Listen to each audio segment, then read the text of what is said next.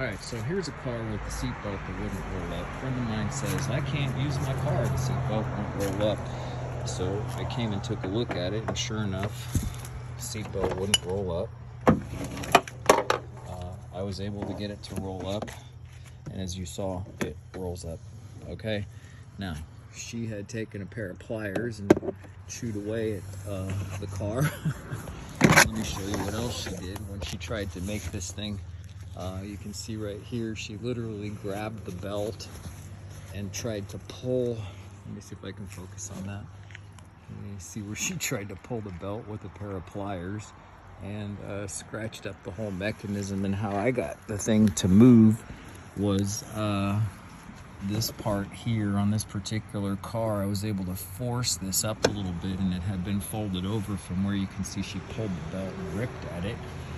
And you know, I got this thing up, got it up a little more, and then put it back down, and was able to get the thing to click.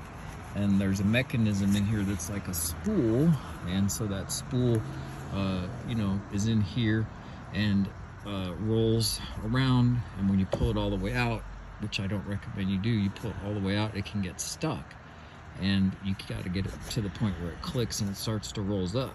But one of the problems is if these are filthy dirty from the grease in your hands, you want to clean these things every once in a while so that they roll up better.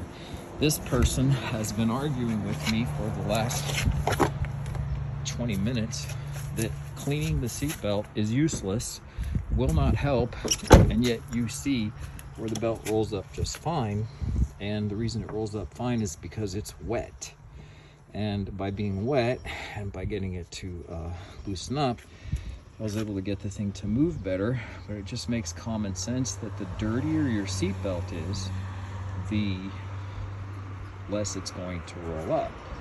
And so cleaning your seatbelt can actually extend the life of your seatbelt. And she was in there looking up YouTube videos and saying, well, we have to take off all this plastic and we have to roll this thing up. And you know, she's willing to pay me, I don't know, let's just say it's close to $100 to get this thing fixed because she doesn't want to take it into the dealership.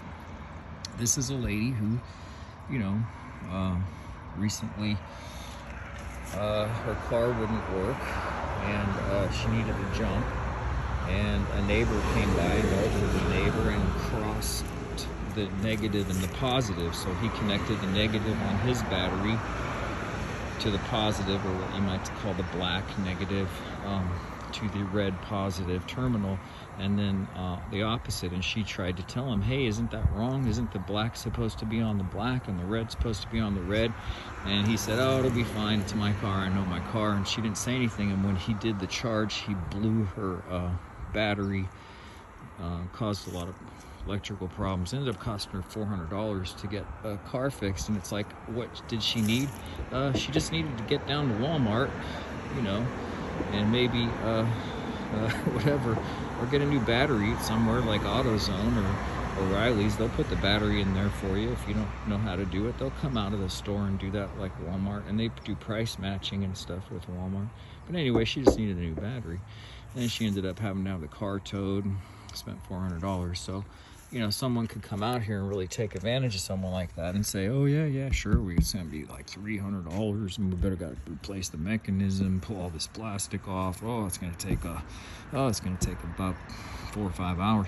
Yeah, sure, if that's broken, if that needs to come off. So it's the KISS principle, keep it simple, right? The rock group KISS, K-I-S-S, keep it simple. Start with cleaning your seatbelt before anything else, even just getting it wet. But you got to clean it all the way up into this area. But most of the dirt, as you can see, is in these areas. Look how dirty this is. Look how greasy and oily that is. That's a lot of dirt. And that prevents it from rolling up tightly on the spool that's up in there, whatever it's called. And it's pretty simple to start with this. So I just recommend you get some really soapy water. Get yourself a nice brush, okay? And clean the heck out of it. You know, you're gonna hold it with both hands. You're gonna scrub both sides. and you're gonna clean the belt. And this is a brand new brush. This brush is literally not been used. It's brand new. You can see the dirt. That's filthy. That's dirt, okay? That's coming off of the seat belt. That's the thing that you touch with your hands, and you also touch your face, touch the door handle. When's the last time anybody, cleaned the door handle? You can clean the door handle. That's got to be greasy. You touch the gas pump that everybody else touches after they scratch their butt or their hair, or they pick their ear or pick other things, and then you grab that gas handle, or you grab the other things that other people grab, or door handles on the way in and out of bathrooms, and then you grab your safety belt. And before you go in your house, you bring whatever you put on your safety belt into your house, and then you don't clean it faster. Well, when's the last time? You said you never, right? Car's like 20 years old. Never cleaned the seatbelt once. So just think, that's 20 years worth of dirt. You don't got 15 minutes. So then she argued with me more. It's not gonna help. It's not gonna help. You're gonna have to take that thing apart. You're gonna have to take it apart. I've already watched the YouTube videos. I said, yeah, well, here's a question for you. Will cleaning the seatbelt help? Yes, no, maybe. Will cleaning the seatbelt hurt? No. So, if the cost benefit of spending 15 or 20 minutes cleaning the seatbelt, I'm going to clean the rest of it, but I want to end this video, and letting it dry for 4 hours in the sun or so, the benefit might help. See, look how much dirt there is. This is brand new. Look at all that dirt. It's really quite dirty, and just cleaning it might help. But you've already seen that just getting it wet helped. So this video is for anyone out there who's stuck in this kind of situation. Really, give it a try. It can't hurt. It might help. But even though seeing is believing, in my case, I know it works. This lady cannot believe, even though I'm going to show it to her, but she didn't want to even try this. She said, it's not going to help, it's not going to help, it's not going to help, it's a waste of time, it's a waste of time, it's a waste of time. And I'm like, well, it can't hurt. So I already know it's going to work, it's going to help. And I already see that the mechanism is working. But this is a case of, we say seeing is believing. And I just showed you.